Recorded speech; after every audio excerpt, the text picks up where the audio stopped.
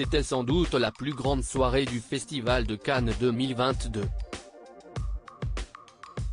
Ce mardi 24 mai 2022, outre les traditionnelles montées des marches pour des films en compétition officielle ou non, avait lieu la grande soirée anniversaire pour les 75 ans du Festival de Cannes. Un événement immanquable pour la famille du 7e art, privée des retrouvailles auxquelles elle a l'habitude depuis la pandémie de Covid-19 débutée au printemps 2020.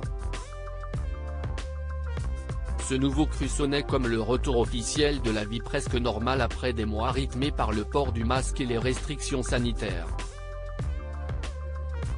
Inutile de dire qu'il était impensable pour chacun de décliner l'invitation du Festival de Cannes cette année. Sous le soleil de la Croisette, CIST donc une pluie de stars qui s'est abattue sur le tapis rouge du palais. Acteurs, réalisateurs, producteurs, scénaristes. Tous ont pris leur mal en patience en attendant leur tour, tellement la foule était présente. Certains étaient en revanche en meilleure compagnie que d'autres.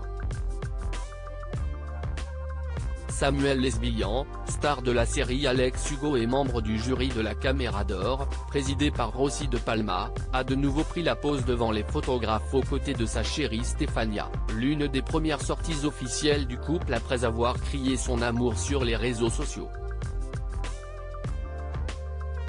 Le mannequin avait opté pour une magnifique robe bleue fendue et volante, à qui le vent a bien failli jouer des tours.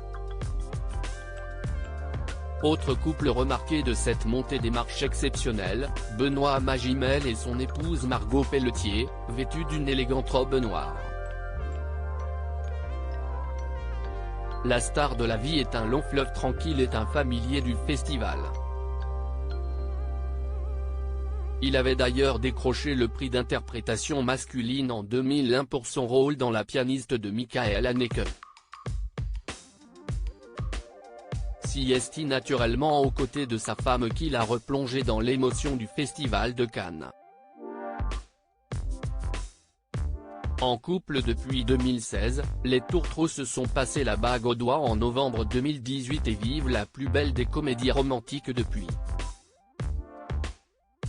Il a également obtenu le César du meilleur acteur en 2022 pour le film de son vivant. Comme pour le tout premier jour du Festival de Cannes, ouvert avec le film Coupé, de Michel Hazanavicius, le réalisateur et sa chérie Bérénice Bejo se sont une nouvelle fois affichés ensemble.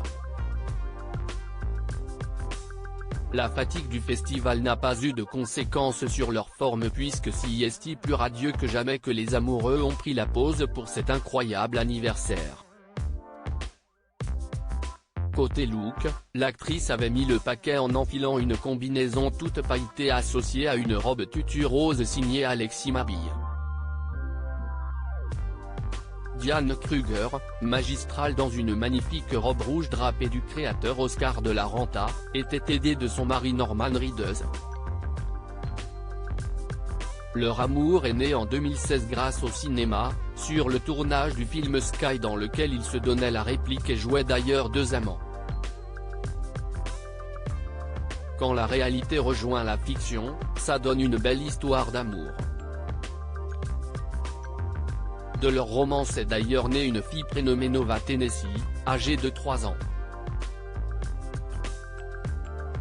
Autre couple phare du festival, celui formé par l'acteur Jake Gyllenhaal et la femme qui partage sa vie depuis 2018, le mannequin français Jeanne Cadieux. Cette dernière avait opté pour une robe rose dont le bustier représentait une bouche en plein bisou et des sandales à talons aux gros nœuds argentés, création de Leve. Après 4 années d'amour dans la plus totale discrétion, le couple commence à s'afficher publiquement. Au cours des derniers mois, l'acteur et le top ont multiplié les sorties, notamment à une soirée Vanity Fair organisée en mars dernier à Beverly Hills. Avec une invitation au Festival de Cannes, Jeanne Cadieux risque de tomber encore un peu plus amoureuse de son homme.